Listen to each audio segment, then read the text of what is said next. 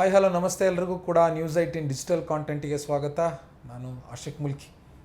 ನಾಳೆ ಸಾರಿಗೆ ನೌಕರರ ಮುಷ್ಕರ ನಡಿಬೇಕಿತ್ತು. ಇದೀಗ ಕೊನೆ ಗಳಿಗೆಯಲ್ಲಿ ಸಾರಿಗೆ ನೌಕರರ ಮುಷ್ಕರದ ನೇತೃತ್ವವನ್ನು ವಹಿಸಿಕೊಂಡಿರುವಂಥ ಜಂಟಿ ಕ್ರಿಯಾ ಸಮಿತಿ ಮುಷ್ಕರವನ್ನು ವಾಪಸ್ ತೆಗೆದುಕೊಂಡಿರುವಂಥದ್ದು. ವಾಪಸ್ ತೆಗೆದುಕೊಳ್ಳೋದಕ್ಕೆ ಮುಖ್ಯ ಕಾರಣ ಹೈಕೋರ್ಟ್ ತಡೆಯಾಜ್ಞೆ ಕೊಟ್ಟಿದೆ, ಮುಷ್ಕರ ಮಾಡಬಾರ್ದು ಅಂತ ಹೇಳಿದೆ ಅನ್ನುವಂಥ ನಿಟ್ಟಿನಲ್ಲಿ ಇವತ್ತು ಸಾರಿಗೆ ನೌಕರರು ಮುಷ್ಕರವನ್ನು ಅಧಿಕೃತವಾಗಿ ಒಂದು ಸಭೆಯನ್ನು ಮಾಡಿ ಮಾಧ್ಯಮಗೋಷ್ಠಿ ಮೂಲಕವಾಗಿ ವಾಪಸ್ ತೆಗೆದುಕೊಂಡಿರೋದಾಗಿ ಘೋಷಣೆಯನ್ನು ಮಾಡಿಕೊಂಡಿದ್ದಾರೆ. ಜಂಟಿ ಕ್ರಿಯಾ ಸಮಿತಿಯ ಸಂಚಾಲಕರಾಗಿರುವಂಥ ಜಯದೇವ ಅರಸ್ ಅವರು ಈ ಬಗ್ಗೆ ಮಾತನಾಡಿ ನಾವು ಮುಷ್ಕರ ಮಾಡೋದಿಲ್ಲ, ಯಾಕೆ ಅಂತಂದರೆ ಹೈಕೋರ್ಟ್ನ ಆದೇಶ ಬಂದಿದೆ ಅನ್ನುವಂಥ ಮಾತನ್ನು ಭಾಳ ಸ್ಪಷ್ಟವಾಗಿ ಮಾಧ್ಯಮಗಳಿಗೆ ಉಲ್ಲೇಖಿಸಿರುವಂಥದ್ದು. ಆದರೆ ನಮ್ಮ ಹೋರಾಟ ಮುಂದುವರಿಯುತ್ತೆ, ನಮ್ಮ ಬೇಡಿಕೆ ಇತ್ಯರ್ಥ ಆಗೋವರೆಗೂ ಕೂಡ ನಾವು ಹೋರಾಟವನ್ನು ಕೈ ಬಿಡೋದಿಲ್ಲ, ಕೇವಲ ಮುಷ್ಕರ ಮಾತ್ರ ವಾಪಸ್ಸಾಗಿದೆ ಅನ್ನುವಂಥ ಮಾತನ್ನು ಭಾಳ ಸ್ಪಷ್ಟವಾಗಿ ಹೇಳಿರುವಂಥದ್ದು. ಸೊ ಈ ಒಂದು ನಿಟ್ಟಿನಲ್ಲಿ ಈ ಒಂದು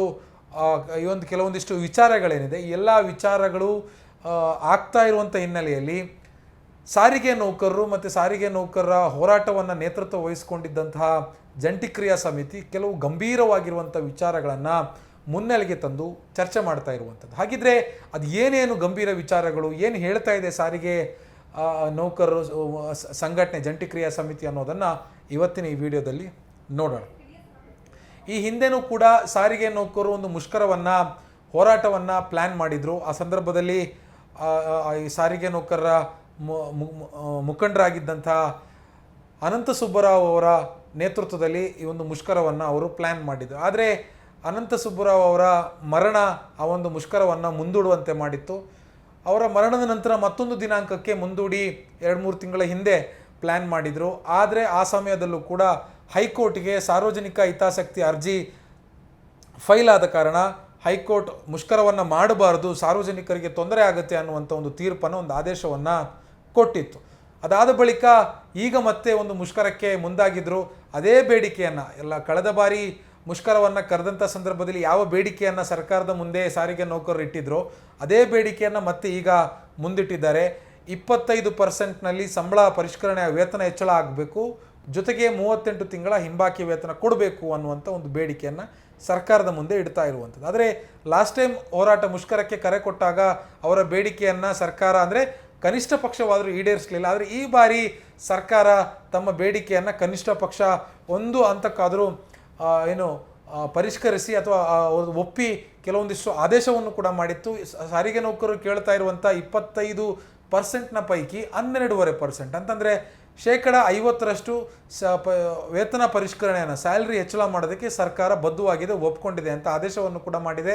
38 ತಿಂಗಳ ಹಿಂಬಾಕಿ ವೇತನದ ಪೈಕಿ 26 ತಿಂಗಳ ಹಿಂಬಾಕಿ ವೇತನವನ್ನು ಕೊಡೋದಕ್ಕೆ ಈಗಾಗಲೇ ಆದೇಶನೂ ಕೂಡ ಆಗಿದೆ. ಮೊದಲ ಕಂತಿನ 450 ಕೋಟಿ ರೂಪಾಯಿ ಚಿಲ್ಲರೆ ಆ ಬಿಡುಗಡೆನೂ ಕೂಡ ಸರ್ಕಾರ ಸಾರಿಗೆ ಇಲಾಖೆಗೆ ಮಾಡಿಕೊಟ್ಟಿರುವಂಥದ್ದು. ಅದಾಗಿಯೂ ಕೂಡ ನಮಗೆ ಸಾಕಾಗಲ್ಲ, ನಮ್ಮ ಬೇಡಿಕೆ ಸಂಪೂರ್ಣವಾಗಿ ಈಡೇರಬೇಕು ಅನ್ನುವಂಥದ್ದು ಸಾರಿಗೆ ನೌಕರರ ಬಿಗಿಪಟ್ಟಾಗಿತ್ತು. ಸೊ ಈಗ ನಾಳೆ ಮೇ 20ಕ್ಕೆ ಮುಷ್ಕರ ನಡಿಬೇಕಿತ್ತು. ಆದರೆ ಹೈಕೋರ್ಟ್ನ ತಡೆಯಾಜ್ಞೆ ಬಂದಿರುವಂಥ ಹಿನ್ನೆಲೆಯಲ್ಲಿ ಮುಷ್ಕರವನ್ನು ಅನಿವಾರ್ಯವಾಗಿ ಸಾರಿಗೆ ನೌಕರರು ಕೈ ಬಿಟ್ಟಿರುವಂಥದ್ದು. ಸೊ ಈ ಎರಡೂ ಮುಷ್ಕರಗಳು ಹೈಕೋರ್ಟ್ ಮೆಟ್ಲೇರಿತ್ತು. ಸಾರ್ವಜನಿಕ ಹಿತಾಸಕ್ತಿ ಅರ್ಜಿಯ ಕಾರಣಕ್ಕಾಗಿ ಹೈಕೋರ್ಟ್ನ ಆದೇಶ ಬಂದ ಬೆನ್ನಲ್ಲೇ ಮುಷ್ಕರವನ್ನು ವಾಪಸ್ ತೆಗೆದುಕೊಂಡಿರುವಂಥದ್ದು. ಎರಡು ಪ್ರತಿ ಬಾರಿಯೂ ಕೂಡ PIL ಸರ್ಕಾರದಿಂದನೇ ಹಾಕ್ಸಿದ್ದಾರೆ ಅನ್ನುವಂಥ ಒಂದು ಗಂಭೀರ ಆರೋಪವನ್ನು ಇದೀಗ ಸಾರಿಗೆ ನೌಕರರ ಮುಖಂಡರುಗಳು ಮತ್ತು ನೌಕರರು ಮಾಡ್ತಾ ಇರುವಂಥದ್ದು. ಸರ್ಕಾರ ಇಷ್ಟು ನಾಚಿಕೆಗೇಡಿನ ಕೆಲಸ ಮಾಡಬಾರ್ದಿತ್ತು ಅಂತ ಹೇಳ್ತಾ ಇದ್ದಾರೆ ಸಾರಿಗೆ ನೌಕರರು. ಇವತ್ತು ಮಾಧ್ಯಮಗೋಷ್ಠಿಯಲ್ಲಿ ಅವರ ಮುಖಂಡರುಗಳು ಅಂದರೆ ವಿಜಯ್ ಭಾಸ್ಕರನ್ ಇರ್ಬೋದು, ಅಥವಾ ಜಯದೇವ ಅರಸ್ ಇರ್ಬೋದು, ಜ್ಯೋತಿ ಅನಂತ ಸುಬ್ಬರಾವ್ ಇರ್ಬೋದು, ಎಲ್ಲ ಮುಖಂಡರುಗಳು ಒಂದೇ ವಿಚಾರವನ್ನು ಭಾಳ ಪ್ರಮುಖವಾಗಿ ಹೇಳಿರುವಂಥದ್ದು, ಸರ್ಕಾರನೇ ಅಂದರೆ ಸಾರಿಗೆ ಸಚಿವ ರಾಮಲಿಂಗಾರೆಡ್ಡಿ ಅವರೇ ಬೇರೆ ಮತ್ತೊಂದು ಕಾರ್ಮಿಕರಿಂದ ಸಾರ್ವಜನಿಕ ಹಿತಾಸಕ್ತಿ ಅರ್ಜಿಯನ್ನು ಸರ್ಕಾರಕ್ಕೆ ಸಲ್ಲಿಸಿದ್ದಾರೆ. ಇದು ಸರ್ಕಾರ ನಮ್ಮ ಹೋರಾಟವನ್ನು ಹತ್ತಿಕ್ಕೋದಕ್ಕೆ ಪ್ರಯತ್ನ ಪಟ್ಟಿದೆ ಅನ್ನೋದಕ್ಕೆ ಉದಾಹರಣೆ.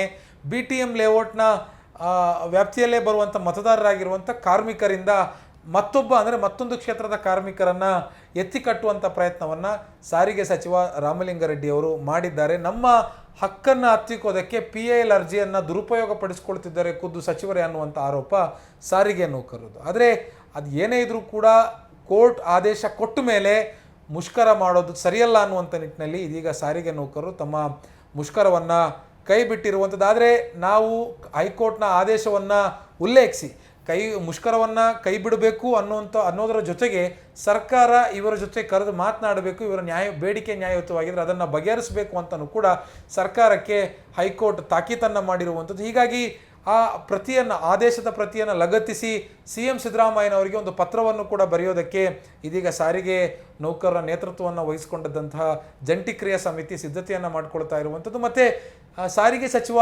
ರಾಮಲಿಂಗಾರೆಡ್ಡಿ ಅವರ ಈ ಒಂದು ನಡೆ ಬಗ್ಗೆನೂ ಕೂಡ ಅಸಮಾಧಾನಗೊಂಡು CM ಸಿದ್ದರಾಮಯ್ಯನವರಿಗೆ ದೂರು ಕೊಡೋದಕ್ಕೂ ಕೂಡ ಸಾರಿಗೆ ನೌಕರರು ಮುಂದಾಗ್ತಾ ಇರುವಂಥದ್ದು.